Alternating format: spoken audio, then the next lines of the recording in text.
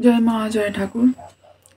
বিজয়াদি নির্লিপ্ততা নিয়ে আবার একটুখানি চর্চা করতে বললেন। ডিট্যাচমেন্ট নিয়ে আর অনাসক্তি বা নির্বাসনা নিয়ে কিছুদিন আগে আমি একটা ভিডিও বোধহয় কিছু করেছিলাম। এই সময় আমি বলেছিলাম যে খুব বেশি আসক্তি যেন কোনো কিছুতে না থাকে, সেই বিষয়ে একটু সাধকের ধ্যান, মানে একটু মন থাকলে ভালো, একটু সজাগ থাকলে ভালো, যে কোনো কিছু নিয়ে বেশি আসক্তি যেন না হয়। কারণ জীবন সমানেই একটা প্রবাহের মতন বয়ে যাচ্ছে, সব কিছুই এভার চেঞ্জিং, সব কিছুই ট্রানজিয়েন্ট, সমানেই সব কিছু বদলে বদলে যাচ্ছে। পরের মুহূর্তেই কি হবে না হবে তার কিছু গ্যারেন্টি নেই। তাই জন্য কোনো কিছুতেই, কোনো সার্কামস্ট্যান্সেস, কোনো চাকরি, কোনো লোকজন, কোনো মানুষজন, কোনো কিছুর ওপরে খুব বেশি যেন টান না হয় যে এরপরেই যদি এটা ছেড়ে দিতে হয়, এই চাকরি ছেড়ে দিতে হয়, এই জায়গা ছেড়ে যেতে হয়, এই মানুষজন যদি ছেড়ে চলে যায়, সব কিছু যদি ছাড়তে হয়, তাহলেও ভেঙে পড়বো না, সাধকের ওইটুকু যদি থাকে। আর এমনি না, একটু যারা ঠিকঠাক সাধক, একটু যারা সিনসিয়ার সাধক, তখন কি হয় না, ওই যে ঠাকুর বলছেন না যে যে মিছরির পানা খেয়েছে সে আর চিটে গুড়ের দিকে তার মন যায় না। মানে যেটা ভালোর আস্বাদনটা পেয়েছে তখন আর লোয়ার ভাইব্রেশনাল কিছুর ওপর মনটা যায় না, হায়ার ভাইব্রেশনাল জিনিসের সাথে যখন মনটা লেগে থাকে। তাই জন্য যারা কিছু বছর ধরে ধ্যান জপ করছেন, কিছু বছর ধরে ভালো বই পড়া হয়েছে, ঈশ্বরীয় চর্চা ভালো লাগে, ভগবানের নাম করতে ভালো লাগে, এই সব প্রসঙ্গ ভালো লাগে, তাদের আপনা আপনি না সংসার থেকে মন গুটোতে আরম্ভ করে দিয়েছে। তাই জন্য খুব একটা বেশি চিন্তা করার দরকার নেই ডিট্যাচমেন্ট নিয়ে বা অনাসক্তি নিয়ে। আমার মেন জিনিস, আমি সবসময় বলি যে মেন সাধনাতেই ফোকাসটা রাখুন। কতটা আমি নির্বাসনা হতে পারলাম কি পারলাম না, অনাসক্তি হচ্ছে কি হচ্ছে না, নির্লিপ্ত হতে পারলাম কি পারলাম না, সুখে দুঃখে অবিচল থাকতে পারছি কি পাচ্ছি না, এত কিছু অ্যানালাইজ করার দরকার নেই। আমি কি এমনকি ভগবানেও কি দিচ্ছেন না দিচ্ছেন, আমি ভালো স্পিরিচুয়াল এক্সপিরিয়েন্স এখন অবধি পাচ্ছি না কেন, কি হলো না হলো, কিছু নিয়ে ভাবতে হবে না, শুধু সাধনাতেই ফোকাস করুন। সাধনা এত পাওয়ারফুল একটা জিনিস যে সাধনা নিজেই আপনাকে ট্রান্সফরমেশনের দিকে নিয়ে চলে যাবে।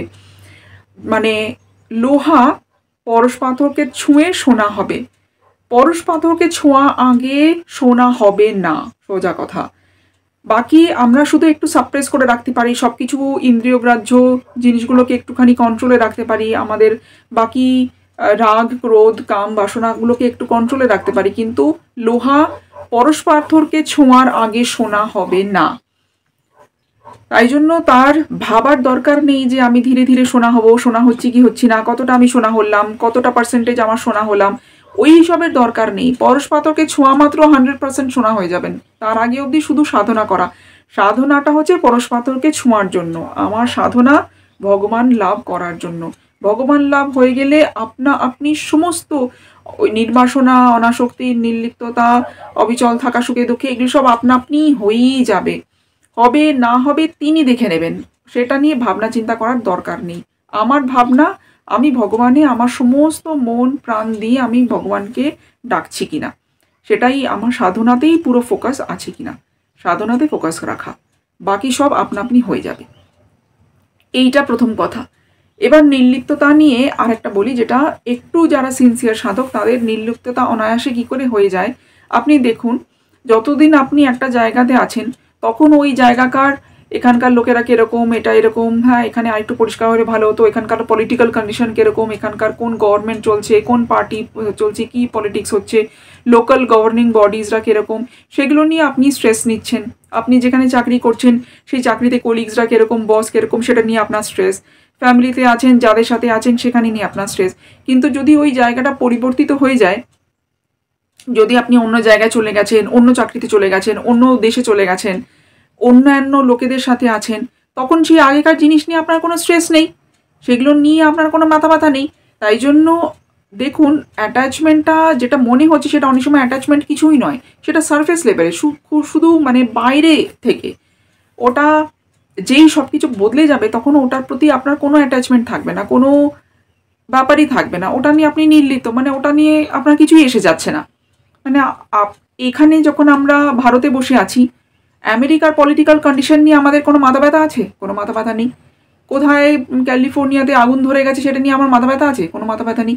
আমি নিউজে যাই দেখি না কেন, সেটা নিয়ে আমি ভাবতে পারি যে আহা লোকেদের কত ক্ষতি হলো, বা ওখানকার কত ক্ষতি হলো, বা ওখানে কত কত দুর্যোগ হয়ে গেল, কিন্তু সত্যি সত্যি মানে হৃদয়ে নাড়া দিচ্ছে, কিছুই হচ্ছে না।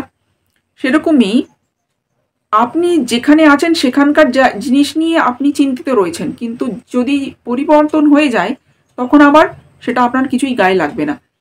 সেই জন্য ওটা নিয়ে ভাবতে হবে না, শুধু সাধনাতেই ফোকাস রাখুন, তাহলেই হয়ে গেল। ঠাকুর বলছেন না যে সাধকের একটা সময়ে ওই নারকেল আর ভেতরের এটা কোর যেটা বেল্লো বলছেন উনি, নারকেল আর নারকেলের বেল্লো আলাদা হয়ে যাবে।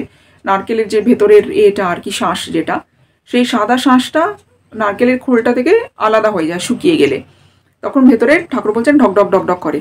তো সেরকমই মানে যখন আমাদের বিষয় বাসনা শুকিয়ে যাবে সাধনা করতে করতে, আপনা আপনি সবটা ছেড়ে যাবে, সবটাই আপনা আপনি হবে, স্পন্টেনিয়াসলি হবে, আগের থেকে জোর করে করার কথা নয়।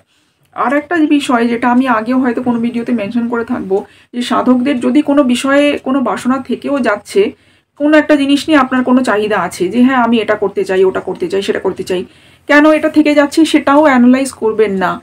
অনেক সময় কোনো বাসনা ভগবানই আপনাকে দিয়ে রেখেছেন, আপনাকে দিয়ে কোনো কাজ করাবেন বলেই সেটা দেওয়া আছে। ওই বাসনাটার জন্য আপনি যে পথ সিলেক্ট করবেন, যে কেরিয়ার সিলেক্ট করবেন, যে জীবন নির্বাচন করবেন, সেটার দ্বারা আপনার কল্যাণ, জগতের কল্যাণ, সেইটার মাধ্যমেই আপনার কর্মক্ষয়, এবং সেই মাধ্যমেই সেই পথ দিয়ে আপনার ঈশ্বর লাভের পথে আপনি এগিয়ে যাবেন। তাই জন্য কোনো বাসনা, কোনো ডিজায়ার কিছু যদি থেকেও যাচ্ছে মনে, সেটা নিয়েও সাধককে বেশি ভাবনা চিন্তা করার দরকার নেই, আপনি ওই পথেই এগিয়ে যান, কোনো অসুবিধা নেই। ভগবানকে ডাকতে থাকুন, ভগবানকে ধরে যা হয় করুন, যেটা মনে উঠছে সেগুলো করে যান। অনেক টাকা রোজগার করতে ইচ্ছা করছে, এই এই জায়গায় থাকতে ইচ্ছা করছে, এরকম কেরিয়ার চাই ইচ্ছা করছে, সংসার করতে ইচ্ছা করছে, যাই ইচ্ছা করছে করুন, সেই পথেই আপনার মুক্তির পথ, সেই পথ দিয়েই আপনি মুক্তির দিকে এগিয়ে যাবেন, না কোনো চিন্তা নেই।